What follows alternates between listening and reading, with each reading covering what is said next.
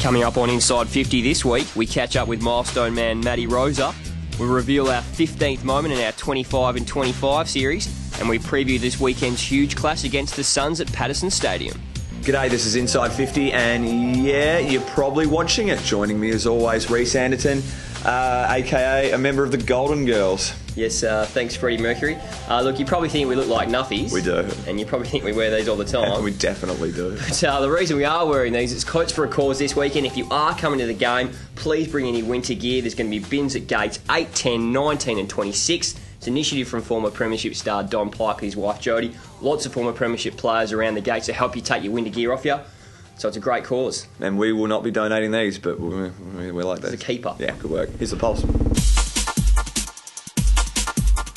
Sadly, it's injury news kicking off the pulse this week. Youngster Ryan Neitz, into his second year at the West Coast Eagles, has suffered a tragic injury on the training track. He's actually got a dislocated elbow, doing it through some tackling on the ground. He's going to be out for a few months. He's been in some devastating luck in terms of injuries, having a finger that kept him out for the first 10 weeks of last year, and then having a hernia operation this year. So really tough start to his career for Ryan Neitz. Yeah, look, obviously some devastating news for Ryan, so look, wishing him all the best in his recovery. However, some positive news came to the club last night, 7:09 PM to be precise. Beautiful. Norm Smith medalist Andrew Embley and his wife Rain welcomed a baby boy to the world, Lux Edward Embley. Beautiful. Father-son draft, 2030 draft. Yeah. We're looking forward to it already. I'm penciling it in. Good times. 2030. Yeah, look, you probably, if you haven't heard, you've been living under a rock. This is a document that's been circulated this week. Big news, obviously. West Coast and Fremantle have put a proposal to the WA Football Commission about having their own reserves teams play in the Waffle Comp. Now, look, there's a raft of issues here, but there's a lot of positives, mostly positive news to come out of this proposal. The main three things, obviously, financial returns to the Waffle clubs could be in excess of $120,000 per club. Look, it's a more equitable draw. It would mean that with 11 teams, that each club would play everyone twice. And probably the key and the most important bit of information that this would not affect. There'd be no impact on the Waffle District pathway or anything like that. So I guess the role of the clubs is they're still going to get their kids from their zones, and their job is to get those kids drafted. So it would not affect that. They are positive. They are very positive things, Ando. But nothing more positive than getting your back picture on the actual proposal. That's not doctored. Wow, what a great looking bloke. Mm-hmm. Get a better head.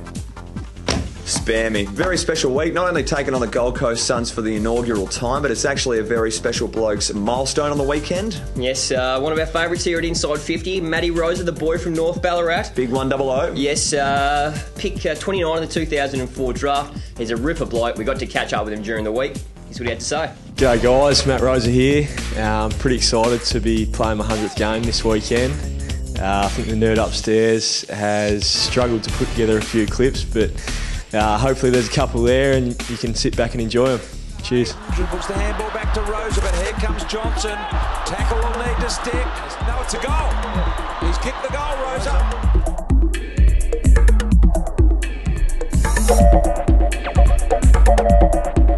Come on, Columbia, want it out of you by the end of the quarter. Here goes Rosa from beyond the arc. The goal umpire hasn't moved. Needs a good bounce. Got it. There's a nail in the coffin of the Dogs.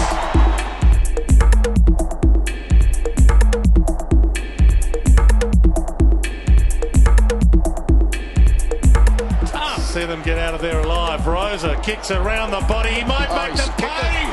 He's made them pay big time.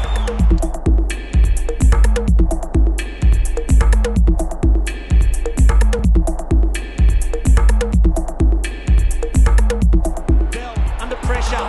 Ball spills out. Rosa snaps on goal. Is this the first goal in the derby? I think it is.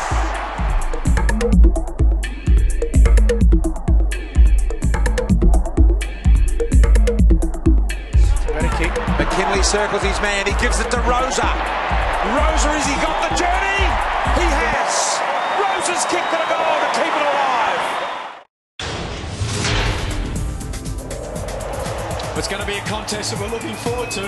And the grand final rematch is now underway as down she goes in the middle. Yeah, it was an amazing battle we had with Sydney over a number of years, and no matter where we were on the ladder, whether it was regular season, whether it was during finals, you always knew it was going to be a tough, close encounter. And we went up to Sydney. Obviously, Sydney once again, tough. Sydney's starting to do my head in. They bloody, all they do is stress me out. And that was another instance where we went to Sydney undermanned.